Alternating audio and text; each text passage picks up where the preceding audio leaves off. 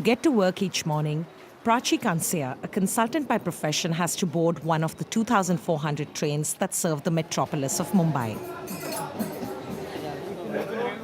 We get in. Come. Every day, up to 8 million passengers use these local trains to get to the financial district in the south of the city. There's a lot of rush. People are, hanging by the door, literally. Monthly tickets cost between 3 to 9 euros, the cheapest option, but during rush hour, quite uncomfortable. It's difficult to, spend around 4 hours of my day commuting to and from the office. Taking the train every day, it is hectic, so you do feel on some days that you don't wish to do it at all. Mumbai, the economic capital of India, has an estimated population of over 20 million people. Nicknamed the maximum city, its density exceeds 30,000 inhabitants per square kilometre. A sprawling and chaotic city on the verge of asphyxiation. The roads are constantly jammed.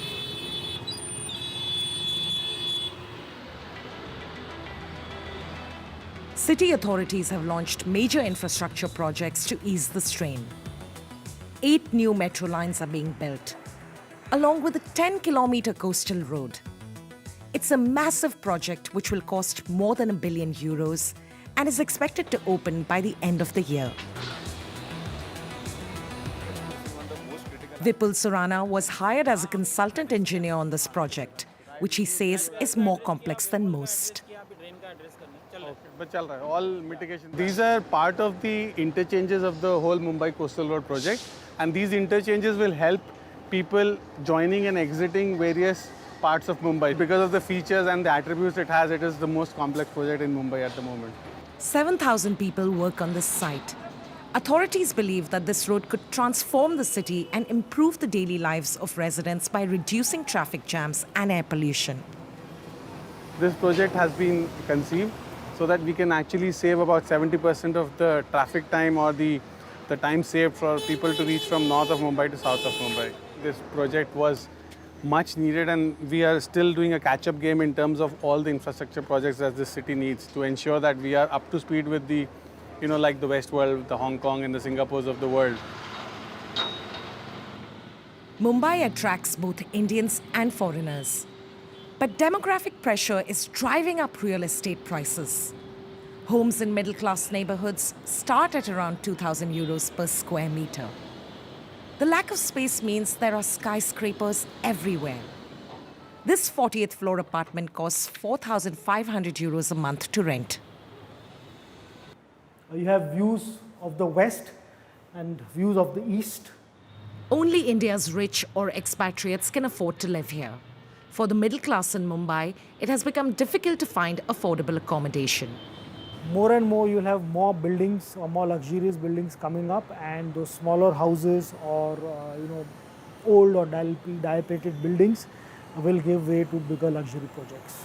The rich are getting richer, the poorer, maybe I don't know how to put it honestly, but we're seeing that difference, which is there over here. Almost half of Mumbai's population lives in slums.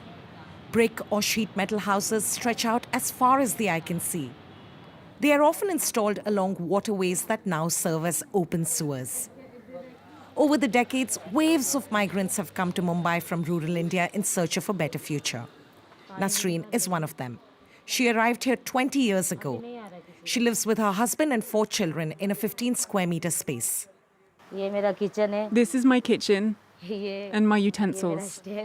This is the water container. Our things are there, and that's our bed. And that's the pump we use to get water once a week. These are illegal structures regularly destroyed by the authorities. They come when we're not there during the day, and we have to rebuild in the evening with plastic sheets to have a roof. Plans to rehabilitate Mumbai's 2,400 slums have mostly failed. But there are some success stories. To the south of the city, the Aneshwar's NGO has managed to rehouse 360 families. These were the old traditional steps, when the community was on this hill. And they moved from here to these 2 buildings. In exchange for a building permit, The private developer had to find housing for the inhabitants of the slum in the same area, a stone's throw away from the luxury skyscrapers. क्योंकि private builders जो घर बनाते हैं उनको पैसे कमाने हैं और वो पैसे कमाने के लिए जो घर वो बिल्डिंग बनाएंगे वो तो अफोर्डेबल हाउसिंग है ही नहीं है, वो तो आम इंसान गरीब शहर का गरीब आदमी वो खरीद ही नहीं सकता है. These apartments are rented out for just a few euros per month and have changed the life of this community. Now we have a janitor, we have our own toilets, the rubbish is collected, we have everything we need. Mumbai's housing has another serious problem on the horizon. Rising water levels due to climate change threaten to submerge the city by 2050. By then, its population is estimated to reach 30 million people.